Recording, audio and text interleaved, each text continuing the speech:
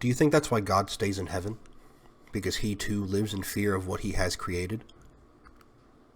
Welcome back to Rank Everything, the show where we rank everything. I'm your host, Ryan, and today we are going to be ranking all of the Dark Souls 1 bosses by who could make their bed the best.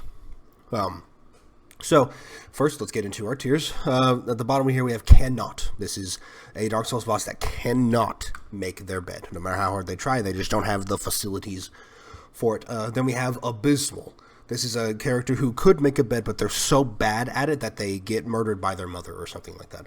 Then we have Minimum Effort. This is a character who makes the bed. They make the bed just fine, but you can tell that they didn't really try that hard. Then we have Makes That Bed. This is a character who made their bed. They did a great job. They did everything right. Then here at the top we have Impresses Mom. This is a boss that made their bed so good that their mother was like, wow, that's really impressive. Okay. So it looks like, I'm not going to say that the bosses are in order, but I know that the bosses are definitely not in order, I don't think.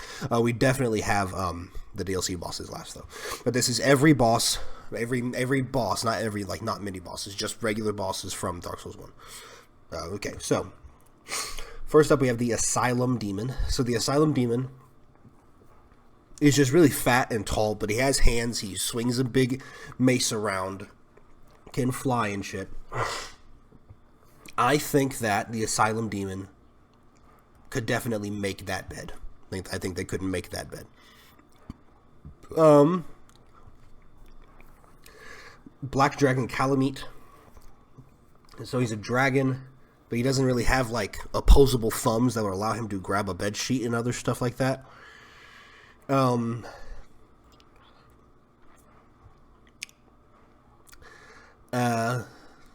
But the dragons are pretty smart. I'm gonna say Kalameet is minimum effort.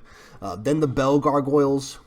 I mean, so technically there's like 3 or 4 of them, or there's at least 2, and I think they would tag team it. So I think that they impress Mom. I think the Bell Gargoyles impress Mom.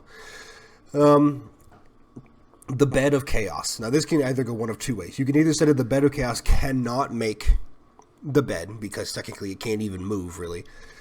Or you could say that its weird like branch finger arm thingies cause it to be extremely impressive.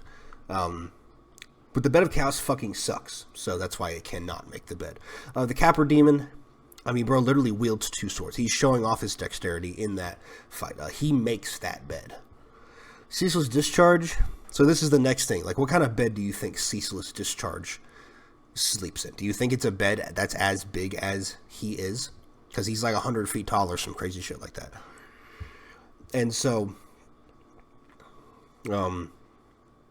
or do you think it's like a normal sized bed that he tries to lay down in and he just fucking destroys it when he tries to get in it? I think he could put in minimum effort. I think he could. The Centipede Demon, it's a centipede. And it's got a lot of legs, I guess, but no hands. Really, I think it would be abysmal. Priscilla. So her long ass tail could be helpful. Her ability to turn invisible might play a factor in. I have no idea if that's some shit that would happen. I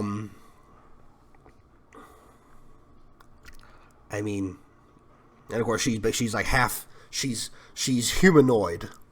I don't know if she's half human exactly. I think she could make that bed.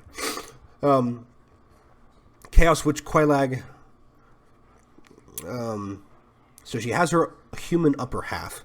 Definitely got some hands on there. But the question is that could her human half reach the bed? Like, could she reach down far enough to grab the sheet, or would she have to use her spider bits for that? And can her spider bits even grab a sheet? I think it would be abysmal. That's what I'm going to say. The Demon Fire Sage is also going to be able to make that bed because it's just the same as the Asylum Demon. But he's on fire. Gwendolyn. One femboy to rule them all. He impresses Mom. The Four Kings. There's 4 of them. They've all got hands. and they float around, but I don't know if they can will just walk regularly. Maybe the whole floating part makes it difficult to grab stuff. But I think they impress Mom. The Gaping Dragon. So, the Gaping Dragon.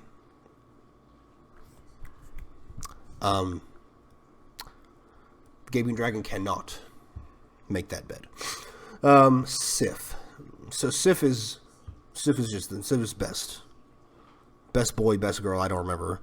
I think Sif is a female dog. Sif would figure out a way. I'm gonna say he makes that bed. Gwen definitely could, but of course by the time that we meet him at the end of the game, he's just fucking sad and depressed. I'm gonna say that he puts in minimum effort because of that. Nito. So that's the thing. One thing I've always wondered is that big claw thing his hand, or is he holding it? Because I know his other hand is just a regular skeleton hand. I don't know if this is a weapon that he's holding, or if that is just how that hand formed. Because trying to make a bed with one hand is really hard. But he can summon a bunch of other skeletons to help to make the bed for him. So I'm gonna say he impresses Mom. This is like a supervisor sort of thing going on. Iron Golem. There's no reason why the Iron Golem cannot make that bed. Artorias. I don't remember exactly. I feel like I'm remembering some kind of super obscure thing like Artorias can't use his left hand or something, or some shit like that. Like he shanks from One Piece or something. I think Artorias makes that bed. The Moonlight Butterfly, I don't think it can. It cannot make that bed. Wait a second. I thought Artorias was a DLC boss. What the fuck is this? Manus, Father of the Abyss. Does Manus have a face? That's always something I feel like I've been distraught about. Wait a fucking second. Ornstein, Ismo, and Pinwheel, and these are not in DLC order. Okay, Manus. Abysmal. He lives in the Abyss, so he gets Abysmal. Ornstein and Smo. Alright, so I think Ornstein would do a great job. But I think Smo would constantly cause Ornstein to lose focus by telling him some joke or like trying to talk about the latest person that he ate or something like that. I would put them in Makes That Bed, but because I feel like Smo is a bit of a goober, I'm going to put him in minimum effort. Pinwheel. So Pinwheels, there's technically three because Pinwheel you fight three of them. I don't know if they're all Pinwheel, it's just like clones or something. Do they have hands though? Abysmal. The Stray Demon makes that bed because it's just the same as the Asylum Demon, really. The Sanctuary Guardian. I feel like the Sanctuary Guardian is a Sith situation where it's just like it doesn't really have the facilities for it, but I know that it'll try its best. It makes that bed. Seath. Why the fuck is Seath? Why the hell is the Torch Demon at the end? Why did I not notice this before? Okay. Seath.